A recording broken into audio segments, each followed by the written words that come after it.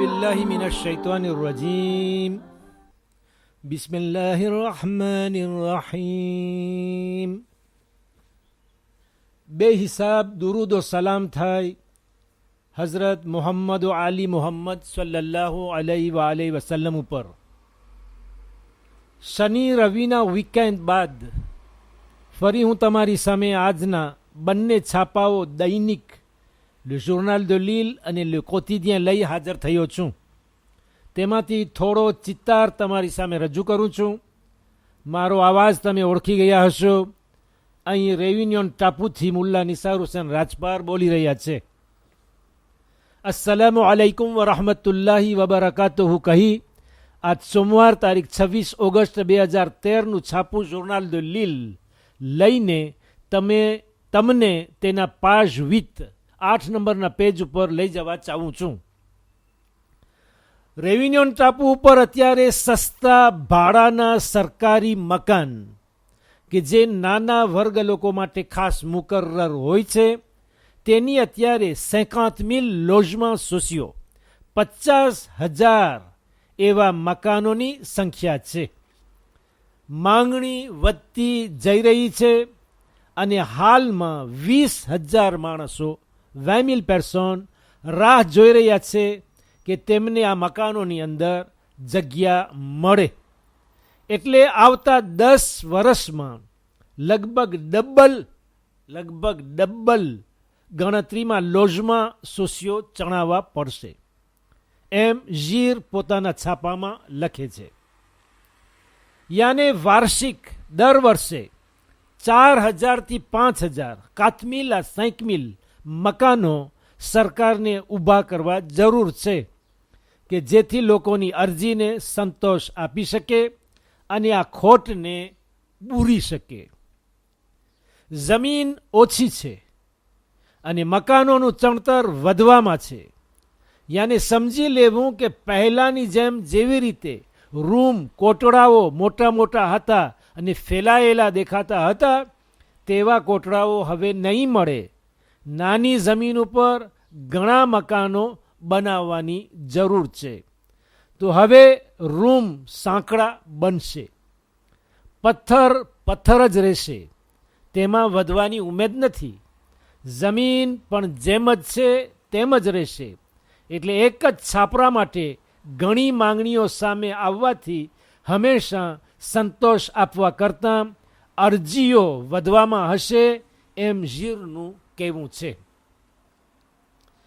વધુમાં zero જોર્નાલ de Lille સૌથી નીચેના ભાગમાં એ જ પાજ 8 નંબરના પેજ ઉપર લખે છે કે 2025ની સાલમાં 2025ની સાલમાં એટલે આવતા 12 વર્ષમાં બેકારી વધતી જશે. કામ ધંધા વિનાના માણસો સરકાર માટે એક ભાર સમાન રહેશે.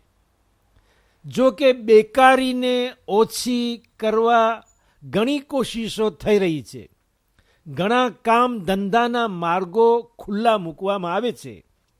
છતાં વાર્ષિક દર વર્ષે 4,000 ક્રિયાશીઓ d'emploi હોવા છતાં રેવિન્યોનની અર્થશાસ્ત્ર હાલત એટલે ઇકોનોમી રેવિન્યોનેઝ બજારમાં નવા કામ ધંધો શોધનારની સંખ્યાને કામ આપવા પૂરું પાડી શકતી નથી.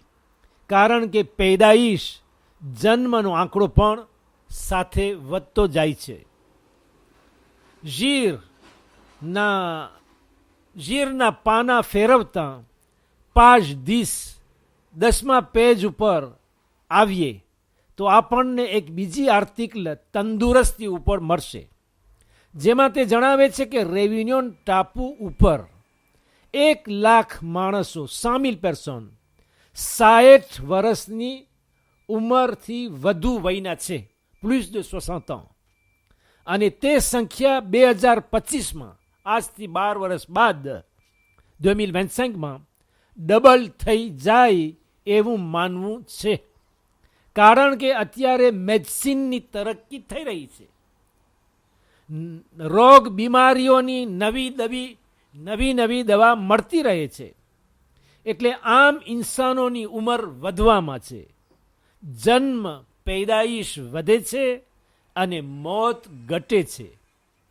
તેના પછી ઝીર ખૌફ બતાવે છે કે આજથી 10-15 વર્ષ બાદ ફરી ચિકુનગુનિયાની બીમારીનો હુમલો થવાનો ડર છે, જે મચ્છરમાંથી આવે છે અને બની શકે છે કે બીજી રીતે પણ એ બીમારી આવી શકે. વધુમાં ઝીર જણાવે છે કે આજકાલ ગુના વધતી, અપરાધી હાલત વધતી જઈ રહી છે, જેનો ડર કેટલા વર્ષો પહેલાંથી જાહેર થયો હતો.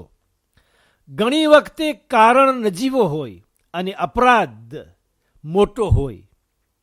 કુમળી વયના બાળકો અને જવાનો સ્કૂલની ભણતર વિના, કામ ધંધો રોજગાર વગર, જેમને સહી તરબિયત ન મળી હોય, સમાજની બહાર ભટકતા હોય, આવા અપરાધ અને ગુનામાં ઉતરી જતા હોય, ખાસ કરીને ગાંજો અને દારૂ વિરુદ્ધ સખ્ત પગલાં લેવા પડશે.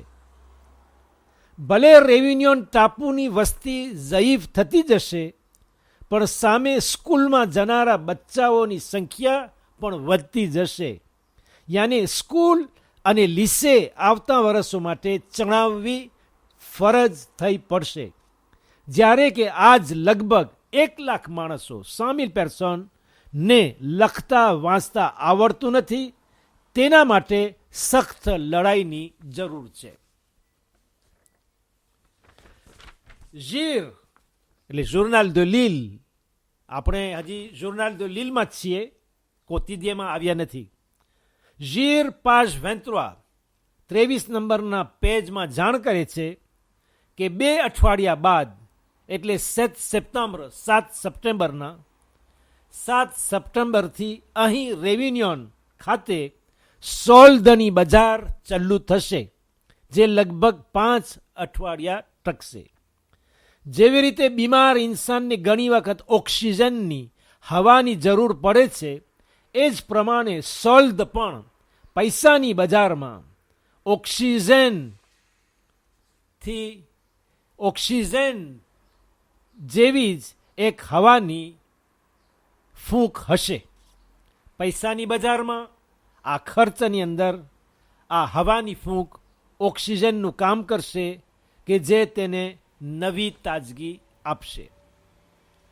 આંતરરાષ્ટ્રીય ઇન્ટરનેશનલ સમાચાર માટે આપણે ઝીરને બંધ કરીએ અને આજનું કોતિદિયે ઉઠાવીએ અને તેના છેલ્લા પાનાથી page 52 નંબરના પેજથી શરૂ કરીએ, જ્યાં એક જગ્યાએ ઇન્ડિયાના નવીનમાં લખે છે કે એક બાઈ ફોટો પાડી રહી હતી, તો તેના ઉપર 5 માણસોના એક ટોળા તરફથી બળાત્કાર કરવામાં આવ્યો. તેના સાથી ઉપર મારકૂટ કરી તેને બાંધી દીધો. આ બનાવ મુંબઈ શહેરમાં બન્યો હતો. કહે છે કે મુંબઈ આવી વસ્તુઓથી બહુ દૂર અમાનનું શહેર કહેવામાં આવે છે.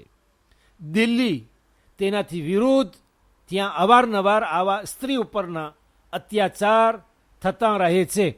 જ્યાં એક 23 વર્ષની જવાન સ્ત્રી ઉપર બળાત્કાર કરી તેને વિયોલે કરવામાં આવી હતી અને બાદમાં તે મરી ગઈ જખમોના કારણે. page 50 નંબરના પેજ ઉપર આપણે આવીએ તો Le Quotidien લખે છે કે કોરોના વિરુસની બીમારીના કારણે આરબી સેઉદીતમાં અત્યાર સુધી 41 માણસો, 41 પર્સન માર્યા ગયા છે અને આખી દુનિયાભરમાં 47 પર્સન, 47 માણસોની સંખ્યા બતાવવામાં આવે છે કે એ મરણને ભેટ્યા છે. 94 પર્સન, 94 માણસો તેની બીમારીમાં, આ કોરોના વિરુસની બીમારીમાં પીડાઈ રહ્યા છે. બીમારી આના જેવી જ, એના લગતી અથવા એનાથી ફેર એક બીમારી 2003માં આજથી 10 વર્ષ પહેલાં ફેલાણી હતી. એના અને તેના લીધે 800 માણસો 800 પેર્સોન મોતને ભેટ્યા હતા. આ આર્ટિકલ નીચે બીજી એક આર્ટિકલ છે જેમાં લે કોતિદિયે લખે છે કે એક માણસ ચીનમાં ચાઇનામાં કફાર કંકરેલા જેને કકરુચ કહેવામાં આવે છે અને મલગાસી જબાનમાં હું એનું નામ લઉં તો તરત સમજાઈ જશે, કલલવ પાડતો હતો એટલા માટે કે તેનાથી તે કોઈ દેશી દવા બનાવી રહ્યો હતો. તેમાંથી 1 મિલિયન કકરુચ કાફાર ને રસ્તો મળતા ભાગી છૂટ્યા છે. કેદ કોઈને પસંદ ના હોય. ઇન્સાનને કેદમાં ઇન્સાનનો કેદમાંથી ભાગી છૂટે છે તે સમજાયું, પણ જાનવરો કેદી હોય તો તે પણ નાસી છૂટે છે. બિરમાનીના બારામાં લે કોતિદિયે ટાંકે છે કે લગભગ 1000 તોફાનીઓ માણસો મુસલમાનોના મકાનો અને દુકાનોને સળગાવી દીધા હતા. તોફાન મચાવ્યું. આવું ગયા શનિવારના બન્યું હતું. ઇજિપ્ત મિસ્ર તરફ ઉતરીએ કે ઇજિપ્તમાં ગઈકાલ જે કોરટ ચાલવાની હતી તે મુલતવી રાખવામાં આવી છે. મોહમ્મદ બદી ફ્રેર મ્યુઝિલમાનો લીડર, તેમના 2 સાથીદારો અને બીજા તેમના 32 અનુયાયીઓનો કેસ આવતા ગુરુવાર 19 ઓક્ટોબર 29 ઓક્ટોબરના ચાલશે. અને બીજો કેસ હુસ્ની મુબારક કે જે ઇજિપ્તનો આગલો પ્રમુખ હતો તેનો શનિવાર 14 સપ્ટેમ્બર 14 સપ્ટેમ્બરના આ કેસ ઉગડશે.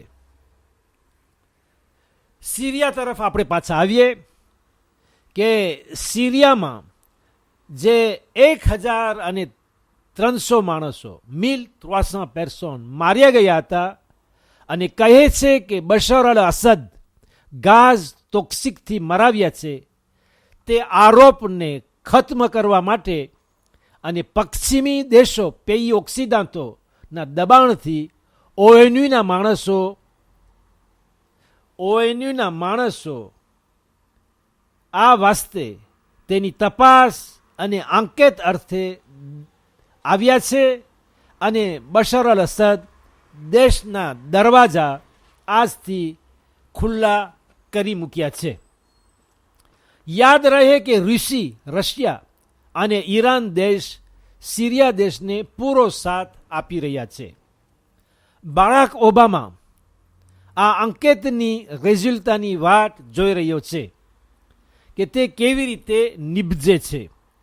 તે પછી પોતે તે તરફ પગલાં ઉઠાવશે. સિરિયાની સરકાર જે કરી છે તેનો જવાબ આપવો પડશે તે માટે વિચારી રહ્યો છે, જ્યારે કે યુરોપ અને અરબ દેશો તેમના ઉપર દબાણ કરી રહ્યા છે. બસ અમારા ખોજા રેડિયો અને એરવેએસના માન્ય શ્રોતાજનો, તમે મને ઘણું સાંભળી ચૂક્યા. હવે આ રોવિડ પ્રેસનો દરવાજો બંધ કરવાનો ટાઈમ આવી ગયો છે. મને સાંભળ્યા તે બદલ તમારો આભાર અને કાલ મંગળવારના ઇન્શા અલ્લાહ અને ખુદા હાફિઝ કહી અસ્સલામુ અલૈકુમ વરહમતુલ્લાહિ વબરકાતુહુના આદાબ બજાવું છું.